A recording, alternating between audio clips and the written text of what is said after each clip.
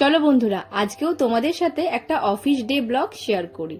এই ফ্লাক্সে সারা রাত আমি কিশমিশ ভিজিয়ে রাখি, সেই জলটাই আমি সকালে উঠে কিন্তু খেয়ে নিই। ফ্লাক্সে এই কারণে ভিজিয়ে রেখেছিলাম যে কোনো দিন হয়তো খাবার টাইম না হলে আমি অফিসে গিয়ে তারপরে কিন্তু খাই। আর দেখো, এই লিপস্টিকটা নিয়েছি ফেসেস কানাডার, যখন লাগাবো তখন তোমাদের সাথে অবশ্যই শেয়ার করব শেডটা কেমন। আর চা খেয়ে এখন বেরিয়ে পড়লাম। বাবা শ্বশুর মশাই আমাকে কার্বন পর্যন্ত দিয়ে আসেন, তারপরে ওখান থেকে আমার বাবার সাথে আমি সিটি সেন্টার পর্যন্ত যাই। আর মা যেহেতু সকাল সকালে রান্না করে, তো এখন খাবারটা মাই আর কি দিয়ে পাঠাচ্ছে। আর বৃষ্টিকেও কলেজ যাবে, তো বৃষ্টি এমনে আর কি নেমে গেল, তোমাদের সাথে শেয়ার করছি ওটা। আজকে মা 2টো টিফিন বক্স দিয়েছে। তারপরে অফিসে এসেও না 1 কাপ চা খেয়ে নিলাম, অফিসে রোজই চা দেয়, তো ওটাই আর কি খেয়ে নিলাম।